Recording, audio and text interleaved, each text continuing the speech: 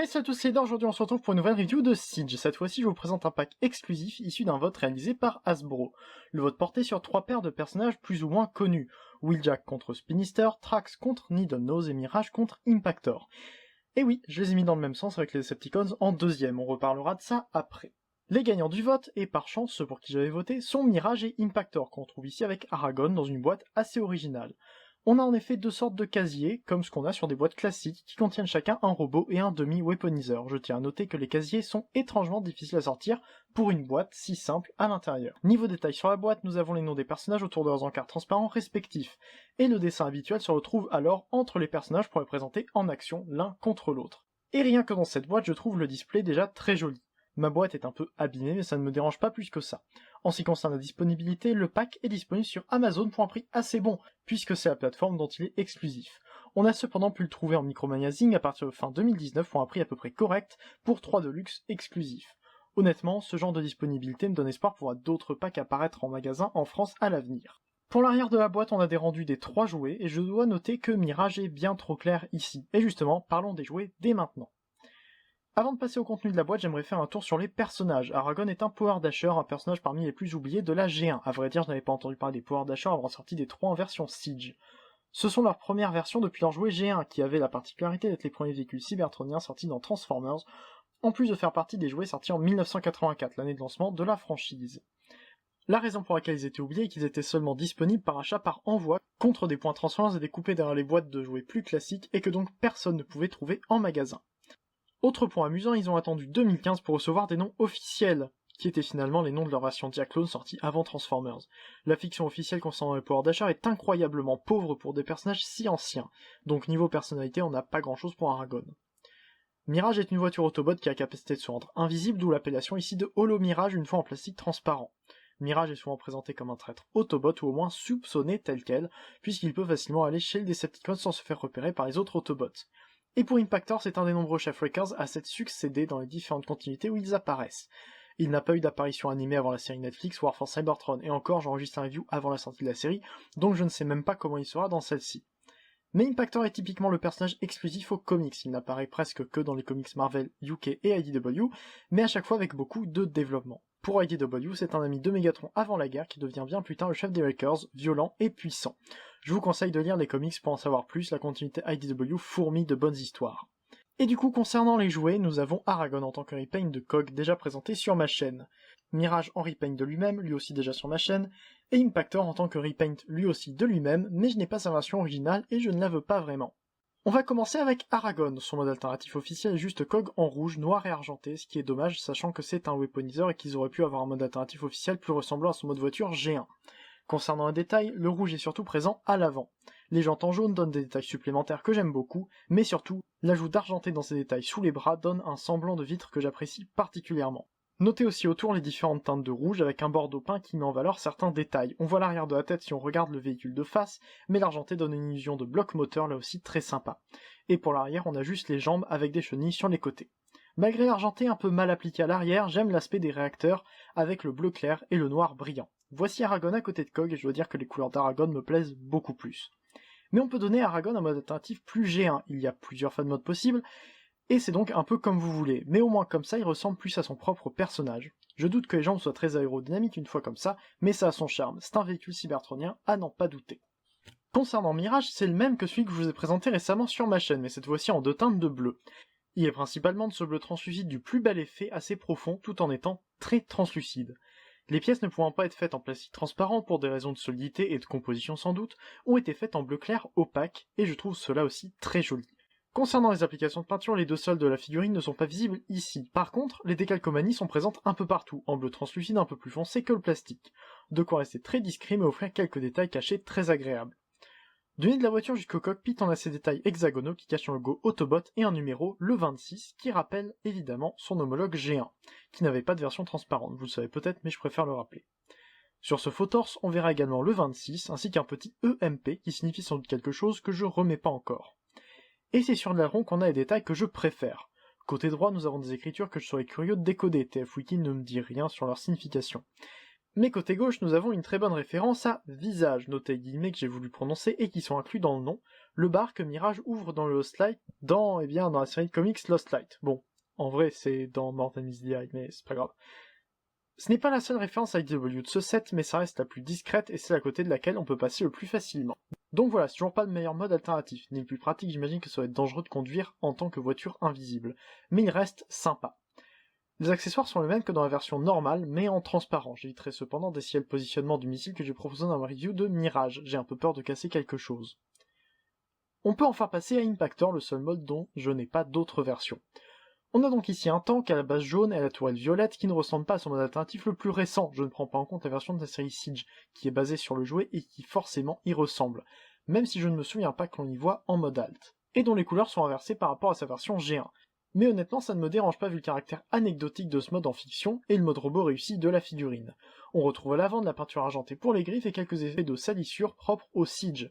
Impactor est d'ailleurs le seul du set à en avoir. Les chenilles non fonctionnelles sont peintes en noir et donnent bien ainsi, et il roule grâce à 4 roulettes sous le véhicule. La base du tank possède également des détails peints en jaune et rouge. La tourelle, que je trouve un peu trop grosse, mais qui l'est à cause de la transformation, tourne entièrement, et le canon, qui est un accessoire, peut monter et descendre. On a quelques détails de bandes jaunes et noires qui rajoutent du réalisme au mode alternatif, même si ces bandes sont plus logiques pour le mode robot puisqu'il est censé être un mineur plutôt qu'un guerrier à cette époque. On a également des détails jaunes sur le dessus, sur la plaque qui servira de torse, et un logo Decepticon, j'en parlerai en robot. Sur la tourelle, on a également le canon qui sera sur l'épaule d'Impactor qui ressemble un peu à Shockwave dans la forme. On voit aussi le dessus de la tête mais je ne trouve pas que ce soit trop grave. L'arrière du tank est très propre, on ne voit que ce qui fera les pieds et le dos. Concernant les accessoires, on a un harpon, arme emblématique d'Impactor qui finira à la place de sa main. C'est pourquoi je préfère le laisser sur son emplacement du mode robot. Enfin, je l'y laisse, sauf quand j'utilise Impactor en tant que mineur, comme il était avant la guerre dans l'univers IDW. Et si vous vous demandez pourquoi je comparais son personnage à IDW, ceux qui connaissent déjà la particularité de cette version connaissent la réponse. J'en ferai une règle que je me suis moi-même imposée en utilisant une figurine que je n'ai pas encore présentée. En effet, le bras droit d'Ironworks, Earthrise, peut s'avérer utile pour lui donner un aspect plus fonctionnel et moins dangereux. Il suffit pour ce fan mode, notez guillemets, d'enlever le harpon ainsi que le canon qui tient par deux pegs 5 mm assez courts présents sur la tourelle, de retourner cette tourelle et de placer le bras d'Ironworks sur le trou qui se trouve à présent vers l'avant pour avoir une sorte de grue. J'aime aussi changer la position du canon d'épaule et imaginer les 3 picots arrière comme des lampes pour aider à travailler dans des conduits sombres où Megatron a entamé ses idées de révolte. Et voici donc ce qu'il donne ensemble une fois Impactor remis dans son mode officiel. Je laisse Aragon en fan mode G1 parce qu'il n'a pas besoin des pièces en plus pour y accéder. Je les aime bien ainsi, mais ce n'est clairement pas les modes dans lesquels je les laisse. J'aime bien leur mode alternatif cybertronien, mais un display constitué uniquement de ça ne m'intéresse pas vraiment, même avec des effets de tir. Surtout que Mirage est censé être invisible, le combat qu'on peut représenter ici n'est donc qu'entre Impactor et Aragon, un tank contre une voiture. Je trouve ça un peu limité. Passons donc aux transformations, à commencer avec Aragon. C'est un weaponizer donc il est assez simple, et Coq a bénéficié d'une review non scriptée, donc d'une séquence de transformation plus complète. Du coup, ce n'est pas forcément intéressant que vous connaissiez Cog ou non. On démonte et on remonte. Pour Mirage, je suis désolé mais je ne montrerai pas la transformation. L'une des raisons pour lesquelles j'ai présenté la version normale en premier était que je n'avais pas à transformer ce Mirage devant la caméra. Je n'y faisais pas spécialement attention avant, mais maintenant je prends grand soin de ce TF. Le plastique transparent omniprésent est très fragile et doit être manipulé avec soin. Donc si je peux éviter d'avoir une caméra entre lui et moi quand je le manipule, je préférerais. Donc si vous n'avez pas vu la review de Mirage disponible sur ma chaîne, n'hésitez pas à y faire un tour pour la regarder et profiter de la séquence de transformation. Et Impactor a la seule transformation inédite de ce pack sur ma chaîne. Il est en 2 parties. Le bas devient les jambes grâce à une rotation simple mais ingénieuse du panneau arrière et des pieds, et l'avant se transforme simplement en le haut du corps. C'est simple mais efficace.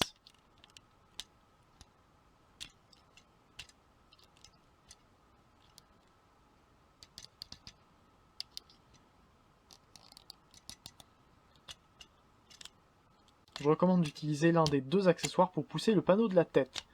La crête, plus haute que sur la version normale, peut rester coincée sous le panneau qui la cache en mode tank. J'ai d'ailleurs peur pour la peinture sur cette pièce. Et les 3 personnages sont en robot. Commençons par le tour d'Aragon, je le trouve très joli, et le mode me plaît plus dans ses couleurs que dans celle de Cog.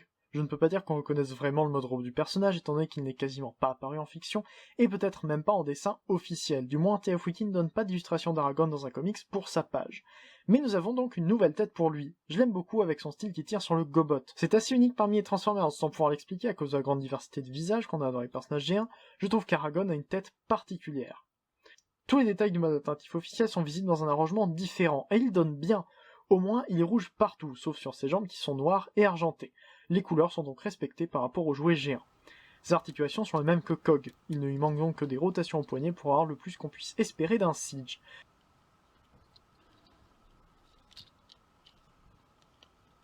Mais étrangement, comme pour KOG, je le trouve limité en poses intéressantes. Il est bien mieux une fois séparé et réarrangé pour faire des armes et armures, et je trouve par exemple qu'il donne particulièrement bien sur Sideswipe. Concernant Mirage, il est bleu. Comme le mode alternatif, Mirage est entièrement bleu avec du plastique transparent sur une majorité de son corps et du bleu pâle opaque sur le reste. Sauf pour un seul détail. La tête est la seule pièce différente du Mirage régulier que je vous ai récemment présenté en review. Ici on a une tête plus proche du G1 avec sa forme caractéristique de cockpit de Formule 1 à l'arrière. Et le seul détail peint de la figurine fait ressortir ses yeux en jaune. C'est un point agréable pour savoir quoi regarder quand on pose Mirage et diriger le regard sur une photo. Enfin, théoriquement, et pour des photos plus professionnelles que ce que je vous propose. Mais c'est dommage de ne pas avoir de version peinte de cette tête pour mieux apprécier les détails. Ici, ils sont comme mangés par le plastique, on ne sait pas à quoi correspondent les détails autres que les yeux. Pour le reste du corps, on retrouve un 26 sur le faux torse et quelques autres détails, et je dois avouer que je l'aime beaucoup.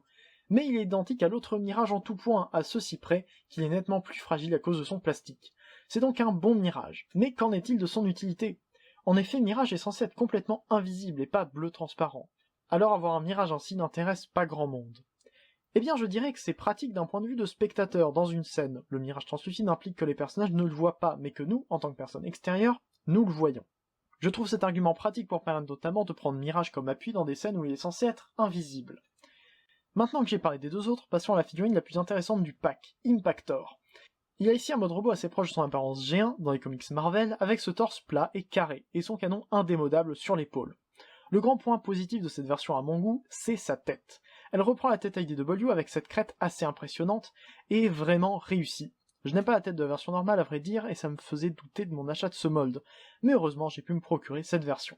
L'autre grand point positif est la couleur. Non seulement le mélange de violet et de jaune profond rend bien, mais les détails de hachure jaune et noir, pour rappeler le côté mineur du personnage dans l'univers où il a cette tête, ajoutent beaucoup. C'est une vraie réussite. Et on a le symbole des Decepticons sur le torse. C'est le petit point étrange de ce pack. Impactor dans IDW est un vieil ami de Megatron avec qui il discutait de ses projets d'avenir et d'égalité sur Cybertron. On peut donc penser que c'est de là que vient ce symbole Decepticon. Il a pu être Decepticon au début du mouvement, avant de changer de camp, lorsque les idéaux de la faction n'étaient plus le but principal. Mais là où ce symbole peut être étrange, c'est qu'Impactor n'est pas n'importe qui chez les Autobots. Il est violent mais loyal, jusqu'à s'occuper d'une des équipes les plus puissantes de ce camp. Et d'un autre côté, Mirage est souvent considéré comme traître, à cause de sa capacité à disparaître aisément des radars. On aurait donc pu penser que les camps étaient inversés. Mais non, Mirage est ici Autobot et Impactor Decepticon. Mais ça ne m'empêche pas de mettre Impactor parmi les Autobots sur mon étagère.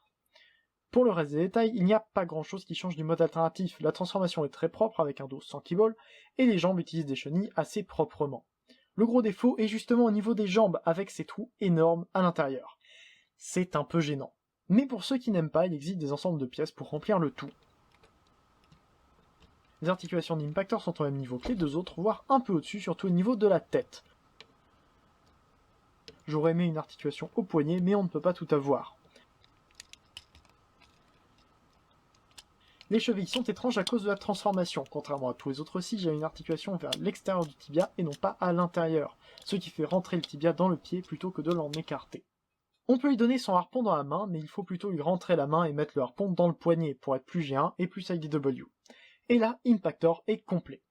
Plus qu'à lui donner une arme, qui peut être stockée dans son dos également, il est prêt à tuer tout ce qui passe sur son chemin.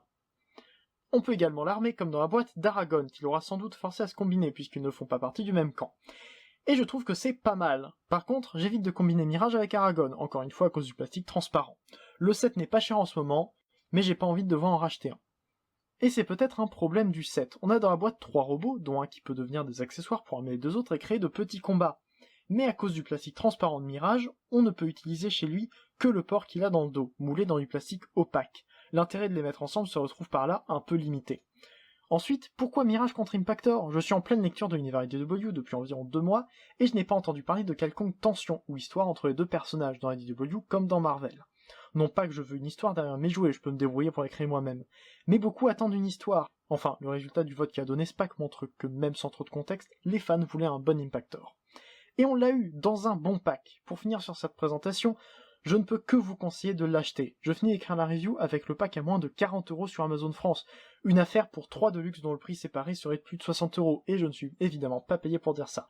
Et avec ça, on a un Impactor réussi, avec une tête absolument magnifique, un Mirage bien fait mais un peu fragile, et Aragon, un personnage oublié qui devient de très jolis accessoires.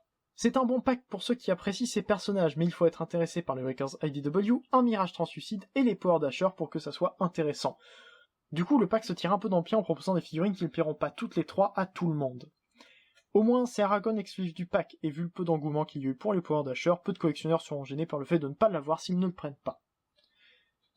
Merci à vous d'avoir regardé cette review, je comptais parler de ce pack depuis début janvier lorsque je l'ai acheté, mais je voulais parler de Mirage avant.